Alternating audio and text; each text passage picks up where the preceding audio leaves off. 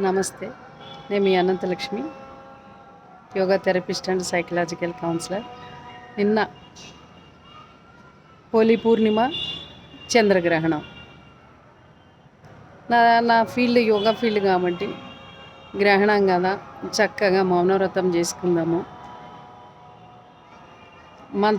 మంత్ర జపం చేసుకుందాము, ప్రశాంతంగా ఉందాము, ఏదో పుణ్యాన్ని పెంచేసుకుందామని చాలా ప్లాన్లు చేసుకున్నా.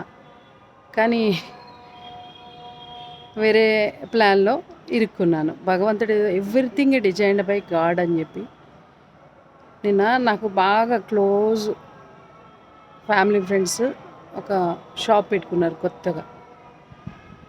పెట్టుకుంటే ఆ షాప్లో ఉన్న కుర్రోడితో ఒక ఐటెం వేరే చోటకు పంపించాలి.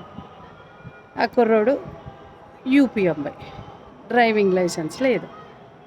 పోలీసులు పట్టుకున్నారు ఉదయం 11 గంటలకల్లా.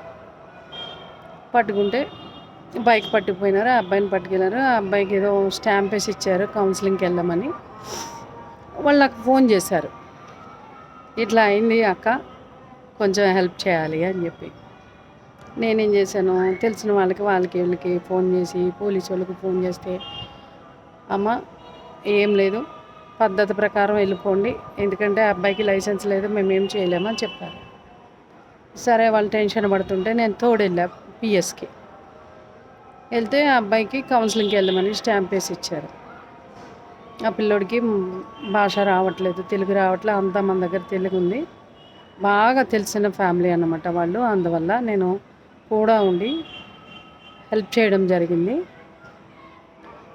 ఆ అబ్బాయిని తీసుకుని కౌన్సిలింగ్కి వెళ్ళాం బేగంపేట ట్రాఫిక్ పోలీస్ స్టేషన్కి.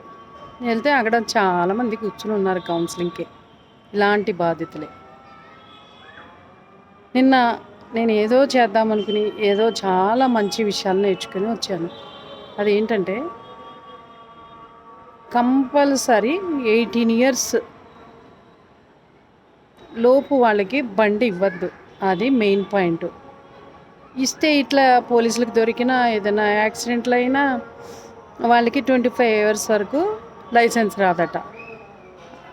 సరే, ఏదో మళ్ళీ కూడా డ్రైవ్ చేస్తే జీవితాంతం లైసెన్స్ రాదు. అదొకటి నేర్చుకున్నాను. రెండోది ఏంటంటే, ట్రాఫిక్ అవేర్నెస్ వీడియో వేసి కూర్చోబెట్టారు. సినిమా చూపించారు. సినిమా చూపిస్తే నాకు కూడా వచ్చిన లేడీస్ సిగ్గుపడిపోతున్నారు, అయ్యో వీళ్ళందరితో కూర్చొని సినిమా చూస్తున్నామని. కాదు, ఆ అవేర్నెస్ వీడియోలో ట్రిపుల్ రైడింగ్ వల్ల వచ్చే ప్రమాదాలు, స్పీడ్గా డ్రైవ్ చేయడం వల్ల వచ్చే rash driving, speed driving, drunk and drive, ఇంకా ఇలాంటివి ఎన్నో ప్రమాదాలు చూపించారు. మన ఇండియాలోనే రోజుకి 800 మంది చనిపోతున్నారంట యాక్సిడెంట్లో, ఓన్లీ యాక్సిడెంట్ వల్ల. 2025లో 172,000 మంది చనిపోయినారు. మేము ఇవన్నీ నిన్న క్లాస్లో విన్నవే. రెండో విషయం ఏంటంటే, ప్రమాదాలు ఎందుకు జరుగుతాయి అనేది చెప్పారు. మానవ తప్పిదం, మానవులు తప్పిదాలు ఎందుకు చేస్తారు? నిర్లక్ష్యము, అహంకారము, నాకేం కాదులే, ఒకవేళ అయితే ఎవరన్నా ఇడిపిస్తారులే, మా నాన్న ఇడిపిస్తాడులే, మా ఇంటి పక్క వాళ్ళు ఇడిపిస్తారు, మా అంకుల్ రాజకీయ నాయకుడు, ఇట్లా మాకు పెద్దవాళ్ళు తెలుసు అని ఏదో అహంకారానికి పోతారు. కానీ కాలం మారింది. ఇప్పుడు ఎవరు రికమెండేషన్స్ ఏం పనిచేయవు. నిన్నంతా చూసాము. ఆ వీడియో చూస్తుంటే ఎంత హృదయ విదారకమైన సంఘటనలు చూడాల్సి వచ్చిందంటే, భగవంతుడా, మామూలు ప్రమాదాలు కాదు అవి. మన ఇంట్లోనే మనమే ప్రతి ఒక్కళ్ళు కూడా, అబ్బాయికి లైసెన్స్ లేక కానీ కంపల్సరీ మనం ఉండి కూడా పట్టుకెళ్ళట్లేదు. ఎట్టి పరిస్థితుల్లో మనం బయటికి వెళ్తే ఆర్సీ, లైసెన్స్, మన Aadhaar card, A to Z any time మనకు కూడా ఉంచుకోవాలి. ఈ ప్రూఫ్స్ అన్నీ కూడాను. డ్రైవింగ్ చేసేవాళ్ళు కంపల్సరీ, ప్లస్ హెల్మెట్ తప్పకుండా వాడాలి. నేను 2 వీలర్ నడుపుతాను. నిన్నే డిసైడ్ అయినా, ఇవాళ నుంచి నా కారులో కానీ నా బండిలో కానీ నేను కూడా నిజంగా చెప్తున్నాను, లైసెన్స్ విషయంలో చాలా అశ్రద్ధగా ఉండేదాన్ని. నిన్న ఆ వీడియో చూసిన తర్వాత నేనే చాలా శ్రద్ధ తీసుకోవడం మొదలుపెట్టాను. మనందరి కోసము పోలీసు వారు ఎంత కష్టపడుతున్నారో నిన్న ప్రత్యక్షంగా చూశాను.